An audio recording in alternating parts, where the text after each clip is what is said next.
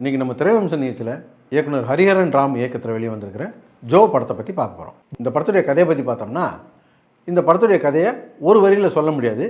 ஏன்னா இந்த படத்தில் 2 கதை இருக்குது.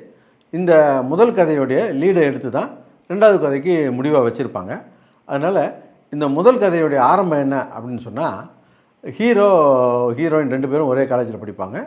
ஹீரோ ஹீரோயினை சின்சியராக லவ் பண்ணுவார். இவங்க 2 பேருக்குள்ளே இடையில அப்பப்போ சண்டை வந்தால் கூட, ஆனால் ஒருத்தர் சின்சியராக தான் லவ் பண்ணிகிட்டு இருப்பாங்க. ஒரு கட்டத்தில் 2 வருஷம் இவங்க 2 பேருமே பிரிஞ்சு இருக்க வேண்டிய கட்டாயம் வரும். இந்த டைமில் ஹீரோயினுக்கு அவங்க வீட்டில் மாப்பிள்ளை பார்க்க ஆரம்பிச்சிருவாங்க. அதனால் ஹீரோவுக்கு ஃபோன் பண்ணி, நீ வந்து எங்கள் வீட்டில் பொண்ணு கேளு அப்படின்னு சொல்லியிருப்பாங்க. பொண்ணு கேட்க போன இடத்துல அடிதடி பஞ்சாயத்து ஆகி போயிடும். இதனால் 2 பேரும் பிரிய வேண்டிய சூழல் வரும். அதுக்கப்புறம் என்னாச்சு அப்படிங்கிறத இந்த படத்துடைய கதை. நம்ம வழக்கமாக படம் பார்க்கும்போது படத்தில் வர்ற நடிகர்கள் நமக்கு ஏற்கனவே அறிமுகமான தெரிஞ்ச நடிகர்களாக இருந்தால் தான் படத்தை நம்ம ஒன்றி ரசித்து பார்க்க முடியும். ஆனால் இந்த படத்தில் பெரிய நடிகர்கள் இல்லைன்னா கூட படத்தோட ஒன்றி ரசித்து பார்க்க முடிஞ்சுது.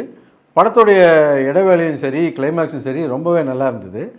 ஆனால் இந்த படத்தில் பெரிய பிரச்சனை என்ன அப்படின்னு சொன்னால், இந்த படத்துடைய ஒரு பாகம் கதை ஃபஸ்ட் ஹாஃப்லேயே முடிஞ்சு போச்சு. அதுக்கப்புறம் செகண்ட் ஹாஃபில் வேறு ஒரு கதை தான் ஓடுது. அந்த கதைக்கு இந்த கதையில் ஒரு லீடை எடுத்து அதை கிளைமேக்ஸில் கொடுத்துருக்காங்க. அது சரியாக இருந்தால் கூட அது வரைக்கும் ஃபுட்டேஜுக்காக எடுத்த மாதிரி நிறையா வளவளன்னு வளர்த்துருக்குறாங்க. குறிப்பாக சொல்லப்போனால் படத்தில் வரக்கூடிய இந்த சார்லி கேரக்டரு, அது வரும்போதே நமக்கு தெரியுது அந்த கேரக்டரு எப்படியும் வந்து பாடம் எடுக்க போகுது அப்படின்னு சொல்லிட்டு. அதே போல் ஹீரோ வந்து அந்த காலேஜை மெயின்டைன் பண்ண போகிறாரு அப்படின்னு சொல்லி அவர் அனுப்புகிறாங்க. படத்தில் அவர் எங்கே காலேஜை மெயின்டைன் பண்ணார்? காலேஜை சுற்றி தான் வந்துக்கிட்டு இருக்காரு. ஒரு நல்ல கதை, அதுக்கு தேவையான சீன்ஸோ அதுக்கு தேவையான எல்லா விஷயத்தையுமே அதுவே கேட்டு வாங்கிக்கும் அப்படின்னு சொல்லிட்டு சினிமாவில் சொல்லுவாங்க. ஆனால் இந்த படத்தில் இவங்களுக்கு தேவையான இடங்களில் வலுக்கட்டாயமாக சில காட்சிகளை புகுத்தியிருப்பாங்க.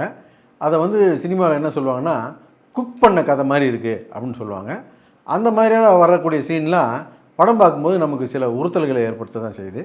இந்த படம் முழுக்கவே இளைஞர்களை மையப்படுத்தி ஸ்கூலு, காலேஜு, லவ் அப்படின்னு அந்த ஏரியாவிலே தான் ரவுண்ட் அடிச்சுக்கிட்டு இருக்குது. அதுவும் ஓரளவுக்கு நீட்டாகவே இருக்குது. ஆனால் இந்த மாதிரியான படங்களில் லவ் டுடே மாதிரி படம் முழுக்க குபீர் சிரிப்பு இருக்கணும் அப்படின்னு எதிர்பார்ப்பாங்க. அதே சமயம் கேலப்பான சாங்ஸ் இருக்கணும் அப்படின்னு எதிர்பார்ப்பாங்க. அது ரெண்டுமே இந்த படத்தில் மிஸ்ஸிங். மொத்தத்தில் இந்த படம் எப்படி இருக்குது அப்படின்னு கேட்டிங்கன்னா, நம்ம ஏற்கனவே சொன்ன மாதிரி பெருசாக அறிமுகம் இல்லாத நடிகர்களை வச்சுக்கிட்டு இந்த அளவுக்கு பண்ணதே பெரிய விஷயம். மேம்போக்காக பார்த்தீங்கன்னா கூட இந்த படம் ஒரு ஃபீல் குட் மூவி அப்படின்னு சொல்லலாம். என்ன, இந்த குக் பண்ண விஷயங்கள் மட்டும் அங்கங்கே நம்மளை உறுத்திக்கிட்டு இருக்கோம். இருந்தாலும் இந்த வாரம் நாங்கள் பார்த்த படத்தில் இந்த படம் ஒரு ஓகே ரகமான படம் அப்படின்னு சொல்லலாம். வாய்ப்பு இருந்தால் பாருங்கள்.